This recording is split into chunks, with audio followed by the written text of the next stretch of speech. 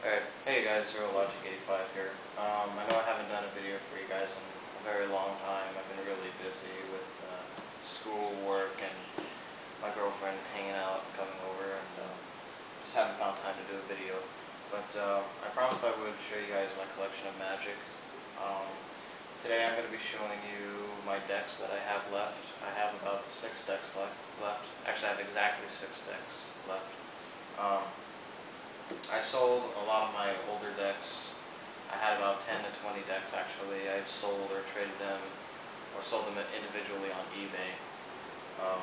But these 6 decks I have, I've been building them for many years, trying to perfect them. I stopped building them since Time Spiral came out, so these decks aren't legal anymore in Type 2 format. They're only legal and extended in Type 1. But that's fine because I couldn't afford to keep building these decks because Magic's just gotten way too expensive, and I don't really like how Magic is going. They're changing their rules too frequently, and they keep releasing sets like every 2 or 3 months, and I just don't like the way it's going. So I just stopped buying Magic cards, and I stopped playing professionally. But let me show you guys the decks I have. Oh, by the way, these are this is a 9th edition deck box that I got at the Magic store on Oahu. I believe this comes in the Fat Pack. I believe. I can't remember. I bought it like a long time ago. Alright, so let's start.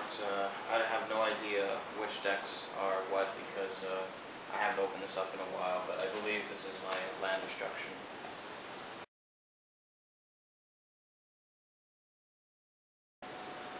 Alright, I'm sorry about that, people. I had to grab my phone. But let me show you the deck up close, what I have. It's my Kamigawa deck box. Champions of Kamigawa. This is my extended green-red land destruction. Yes, I just threw my box like that. This is a Ravnica life counter.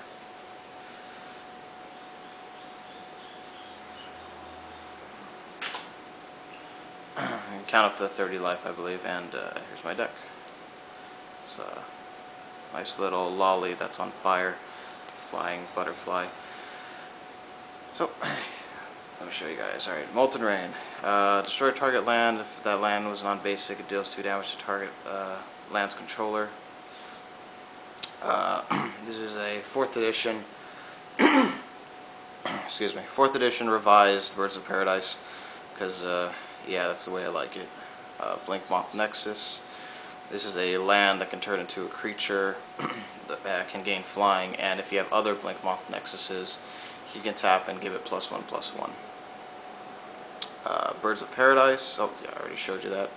More Birds of Paradise, and more Birds of Paradise. They're all stacked there. How lovely. Wooded Foothills. This is a pink fetch land, sorry. Tap, pay 1 life. You may search for a forest or a red card in your library and put it into play. What's really great about this is if you're playing against bounce or other land destruction, you can, in response, tap this, sacrifice it, and then search for land. So I really love the fetch lands. I sold a lot of my other ones. Hold on 1 second. Yeah. Sorry, I have a little bit of a sick, getting over a cold. Anyways, Fireball. This is hard to explain to anybody who doesn't play Magic, but basically, this card, you can pay X amount of mana into this card, and then you can burn any number of creatures or players that is rounded down. So let's say there's like 2 2/2s on the field. You can pay 1 red, and you can pay. Oh, I forgot to mention. You need to pay 1 mono.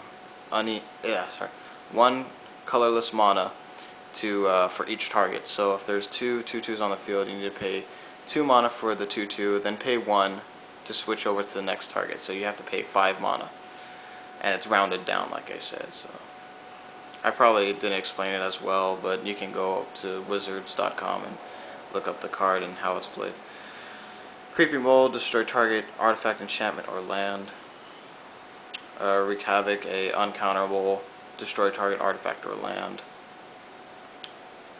Stomping Ground, dual land from Ravnica. More Blink Mop Nexuses, Land of War Elves. Basically, it's a 1 for a 1/1 that can tap for 1 green mana for mana acceleration.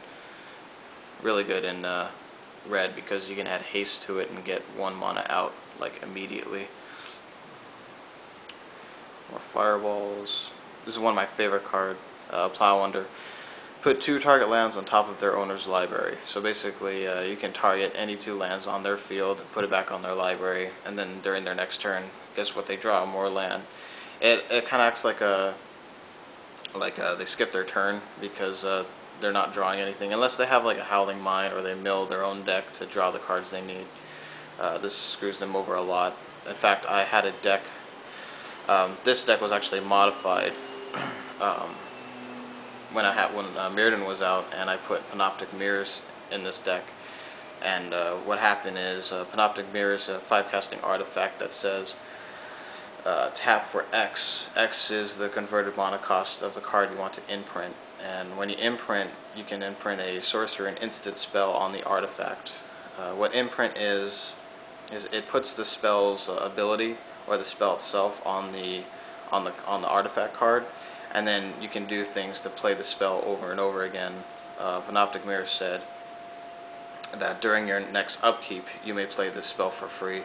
So what I would do is I would tap for 5x mana, tap the artifact, imprint the Plowunder on it at the end of someone's turn, and then during my next turn, boom, during my upkeep, 2 lands on top of their library.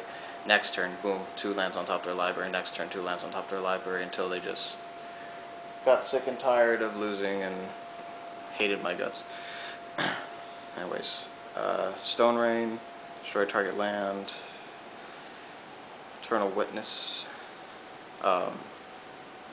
Eternal Witness comes into play, you may return a target card from your graveyard to your hand. It's basically like a Recollect on a creature. Still surprised it's an uncommon nowadays. Okay, more Plowunders, Stone Rains. Reap and Sow. Destroy target land or search your library for a land card and put that card into play, then shuffle your library. You can pay its Entwine cost, which means that if you pay a little extra, total would be 6 mana, 2 green and 4 colorless. You can choose to destroy a land and search for a land of your own. More Creeping Molds, more dual lands, forest, mountain. This is a revised Land of War Elves. Okay, Chromox, another card with imprint. It's a 0 casting artifact that when it comes into play, you can remove a card from your hand of any color, and the color will be imprinted on this artifact. When you tap it, you can tap it for the color of the card for mana. So like if you imprint a red card on this, you can tap it for 1 red mana. If anybody doesn't know that. Oh, what's also cool about this is that you can imprint multicolor cards. So like the card right behind me, the Wreak Havoc, if I imprint that card on here, I can tap this Chrome Mox for a green or a red because it's considered both colors. Kind of like a dual land. More fetch land, Creeping Mold, fetch land, Rape and Sow.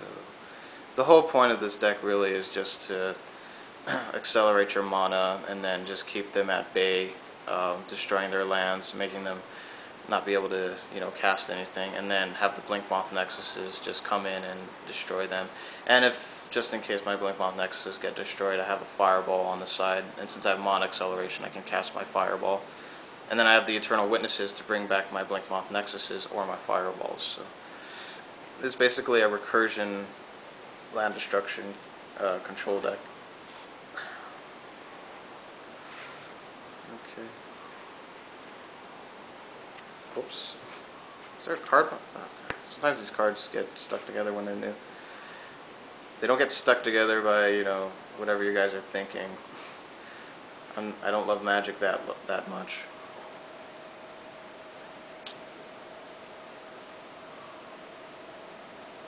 Oh my god, these are stacked. Okay, I don't think there's any new cards here.